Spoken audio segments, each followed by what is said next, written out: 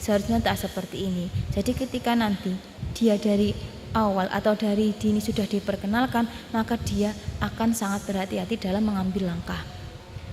Ketika sejak kecil dia sudah terbiasa, misal si A ini sudah mengalami haid atau menstruasi sejak awal umur 9 tahun kurang 6 bulan atau belum memasuki umurnya haid, tapi dari keluarga dia, ibu dia atau orang tua dia itu sangat memperhatikan dan sangat mengendalikan dia dalam segi hukum-hukum untuk tentang haid, dia terbiasa. Ketika nanti besar, maka dia akan terbiasa. Setiap dia mengalami hal yang sama pernah dialami, dia akan memperlakukan hukum yang pernah dia lakukan. Karena apa? Menurut saya 90% lebih, ketika seorang anak itu melakukan sesuatu atau menjalankan sesuatu, dia akan menerapkan apa yang diterapkan dia di waktu kecil. Jadi apa yang dia lakukan saat beranjak dewasa itu yang sering diterapkan padanya di waktu kecil. Contoh ringannya, ketika anak itu di waktu kecil terbiasa menggunakan sendal dengan menggunakan kaki kanan terlebih dahulu, maka kebiasaan seperti ini akan terjadi hingga dia menjelang dewasa, hingga seterusnya nanti, karena sudah terbiasa menggunakan kaki kanan terlebih dahulu. Sama seperti hukum ini, dia tidak akan semudah mengabaikan, Allah nggak apa-apa. Ketika sedikit-sedikit wis nggak popo, sak masih kecil wis nggak popo. Yang nggak popo ini loh sing marai popo. Ini yang tidak dibolehkan. Jadi dari kecil itu harus dibiasakan, harus diperkenalkan dengan hukum ini.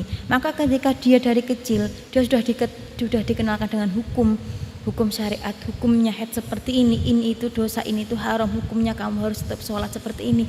Ketika ini terjadi di saat dia remaja, di saat dia jiwa-jiwa senang-senangnya berkumpul dengan teman, jalan-jalan, dia akan pikir-pikir. Di saat dia mengalami istihadah, di mana sholatnya dia istimewa, cara sholatnya istimewa, wudunya juga istimewa, dia akan berpikir, sholatku istimewa, aku di rumah lah, nggak usah kemana-mana, karena ngerekso sholat ini kilo sing berat.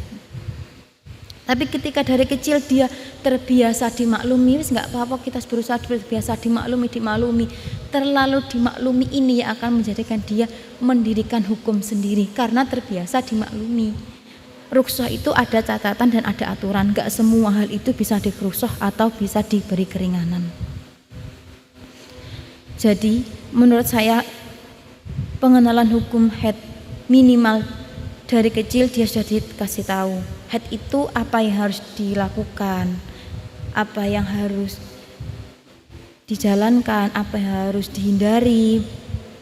Minimalnya haid itu berapa, maksimalnya itu berapa, minimal itu yang harus diperkenalkan. Terus ketika nanti dia sudah terbiasa seperti ini, maka dia akan pikir-pikir apa yang akan dia lakukan. Dia akan memiliki rasa takut untuk meninggalkan hukum yang sudah terbiasa dia jalankan. Karena dia terbiasa, biasanya lo seperti ini, biasanya lo ibuku mengajari seperti ini. Dia akan merasa ada yang ganjal ketika dia meninggalkan hukum yang biasa dia lakukan.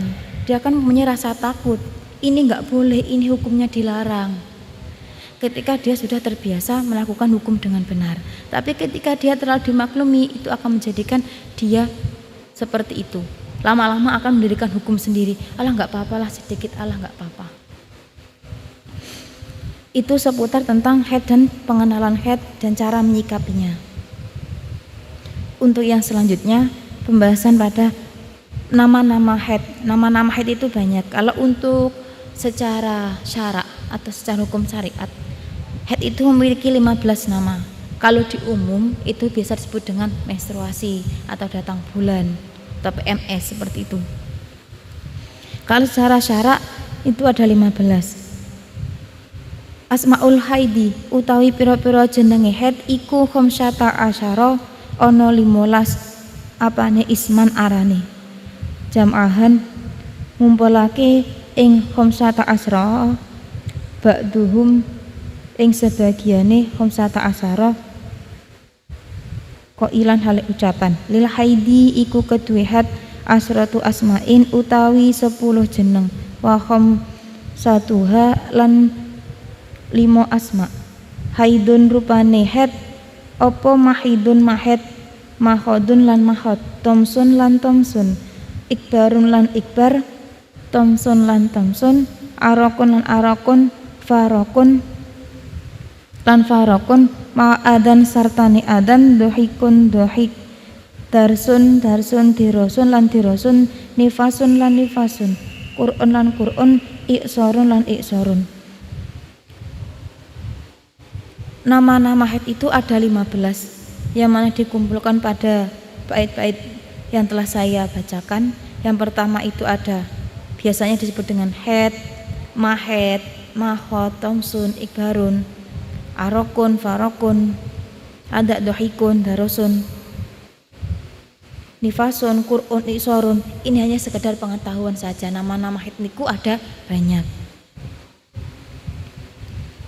Untuk yang selanjutnya niki hukum untuk mempelajari tentang ilmu mahed.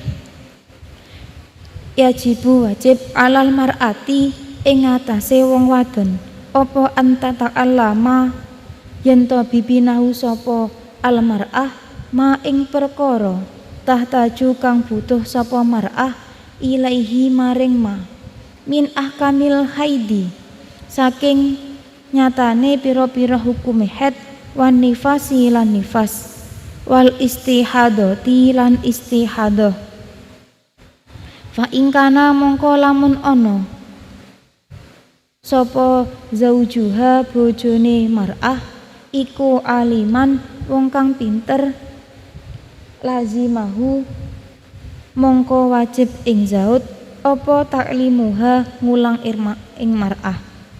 Hukum yang pertama, seorang perempuan untuk mempelajari ilmu mahed niku adalah wajib. Yajibu alal mar'ati anta ta'allama yahtaju ilaihi min ahkamil haidi wan nifasi wal istihadati. Di sini dikatakan bahwasanya wajib bagi setiap perempuan untuk belajar tentang perkara yang dibutuhkannya, yang mana perkara tersebut berhubungan dengan beberapa hukum haid, nifas, dan istihadah. 3 perkara ini kan yang terjadi pada kaum perempuan, maka bagi dia hukumnya wajib untuk mempelajarinya. Terus ketika nanti pembelajaran ini mungkin kalau di dunia luar orang yang berpengetahuan umum yang sibuk dengan sekolah formal atau apalah, mungkin mereka sering terjadi beralasan nggak ada waktunya kapan, nggak ada belajar ini itu. Belajar ini kita nggak harus pergi ke madrasah, nggak harus pergi privat atau gimana. Kita bisa tanya pada orang yang ngalim atau orang yang paham tentang ilmu mahed ini, sedikit-sedikit belajar, sedikit-sedikit mencari pengetahuan tentang hukum haid seperti apa. Ini hukumnya wajib, jadi seenggaknya dari lingkungan terdahulu yang harus mendorong seseorang anak untuk dia memiliki rasa ingin memahami ilmu mahed. Karena ini ilmu yang dia butuhkan setiap harinya, ilmu yang setiap hari dia gunakan, ilmu yang sering terjadi pada dirinya, ilmu yang dia gunakan sebagai pegangan. Jadi bagi dia wajib untuk mempelajarinya. Tidak ada alasan ketika nggak ada waktu, sibuk sekolah, sibuk kerja, sibuk apa, nggak ada. Karena menurut saya waktu luang itu memang nggak ada. Kalau alasan orang-orang itu atau alasan kalian nggak ada waktu luang, jadwalnya padat dari pagi sekolah formal, kita bimbel, ada les ini, ada ekstrakurikuler itu, belum nanti tugas tambahan seperti ini, nggak ada waktu luang untuk kita terkhususkan belajar ini. Menurut saya nggak ada, emang waktu luang itu nggak ada, adanya kita yang harus meluangkan waktu. Catatan untuk semuanya, bahwasanya waktu luang itu memang nggak ada, yang ada kita yang harus meluangkan waktu.